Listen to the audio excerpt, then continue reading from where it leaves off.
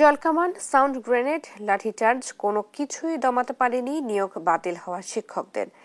এখনও শিক্ষকদের একটি অংশ অবস্থান করছেন রাজধানীর জাতীয় প্রেস ক্লাবের সামনে। তারা বলছেন, দাবি আদায় না হওয়া পর্যন্ত অবস্থান কর্মসূচি চালিয়ে যাবেন তারা। এর আগে সোমবার বেলা 2টার দিকে আন্দোলনকারীদের উপর চড়াও হয় পুলিশ। তাদের তুলে দিতে প্রথমে লাঠিচার্জ এবং পরে জলকামান ও সাউন্ড গ্রেনেড ব্যবহার করে পুলিশ। এতে সড়ক থেকে সরে গেলেও আন্দোলন বন্ধ করেনি তারা। পরে শিক্ষকদের একটি অংশ জাতীয় প্রেস ক্লাবের সামনে অবস্থান নেয়। নিয়োগ না হওয়া পর্যন্ত অবস্থান কর্মসূচি চালিয়ে যাওয়ার কথাও জানান তারা। চা খাইতে যাইতে পারি না, চা খাইতে গেলেও বন্ধু বান্ধব জিজ্ঞেস করে কি জয়নিং কেন হয়নি। আমরা কতটা লাঞ্ছনার শিকার, আমরা এখানে এসে বসছি।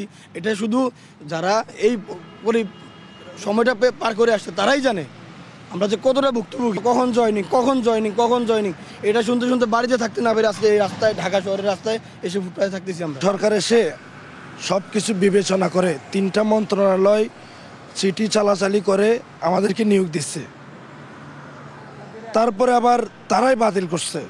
মন চাইলেও আপনি নিয়োগ দিবেন, মন চাইলেও আপনি আবার কেটে নেবেন। খোলা আকাশের নিচে আজকে রাত যাপন করতেছে।